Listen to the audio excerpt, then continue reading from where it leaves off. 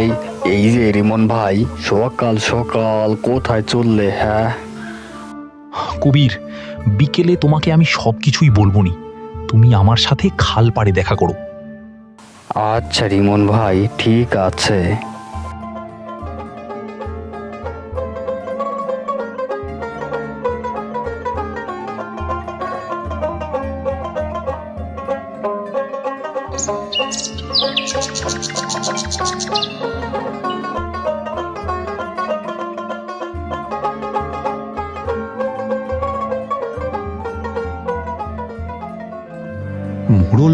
মোড়ল মশাই, আপনাকে একটা বিচার করতেই হবে।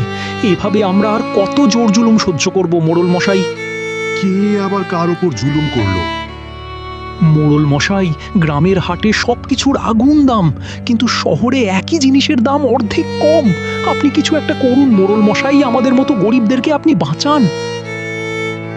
জিনিসপত্রের দাম না কমালে আমরা গরিবরা তো না খেতে পেয়েই মরে যাব মোড়ল মশাই। এখানে তো আমার কিছুই করার নেই, ওরা নিজের টাকায় ব্যবসা করছে, আমি ওদেরকে দাম দর নিয়ে কিছুই বলতে পারি না।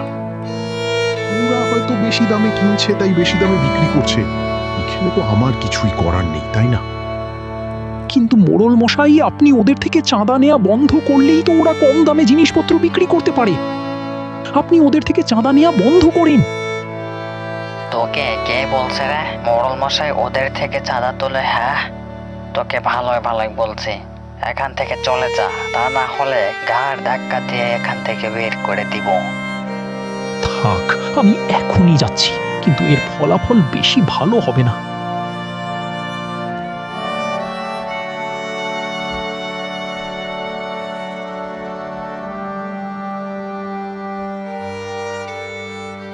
মোড়ল মশাই, ও কি বলে গেল? কালু, কথায় আছে না, উই পোকার পাখনা গজালে আকাশ ছুতে চায়। তারপর উই পোকার কি হয় জানিস? তারপর ব্যাঙের পেটে যায়। হ্যাঁ, একদম তাই।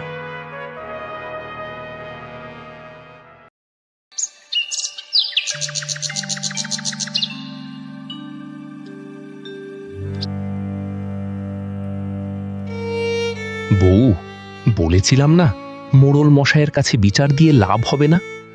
লাভ তো হয়নি, বরং চাঁদা নেওয়ার বিরুদ্ধে কথা বলার কারণে আমাকে ঘাড় ধাক্কা দিয়ে বের করে দিতে চেয়েছিল। কি বলো তুমি? তাহলে বাজারের সবকিছুর দাম বাড়ার সাথে মোড়ল মশাই জড়িত? হ্যাঁ গো বউ, মোড়ল মশাই নিজেই জড়িত। তাহলে এখন আর কি উপায় হবে আমাদের? উপায় তো একটা আছেই বউ। আমি ভাবছি কি, একটা সস্তার বাজার খুলবো, যেখানে সবকিছুই সস্তায় পাওয়া যাবে। কি বলছো তুমি? বাজার করতে হলে তো অনেক জায়গা ও টাকার প্রয়োজন, এগুলো তুমি কোথায় পাবে? বউ, আমি ছোটবেলায় মাটির ব্যাংকে কিছু টাকা জমিয়েছিলাম, ওগুলো বাহির করবানি। আর খাল পাড়ে আক্কাস মামার অনেক জমি আছে, ওই জমিতে কোনো ফসল হয় না, পরিত্যক্ত পড়ে থাকে। ওই জমি হলে অনেক বড় বাজার হবে। আচ্ছা, তুমি যা ভালো মনে করো।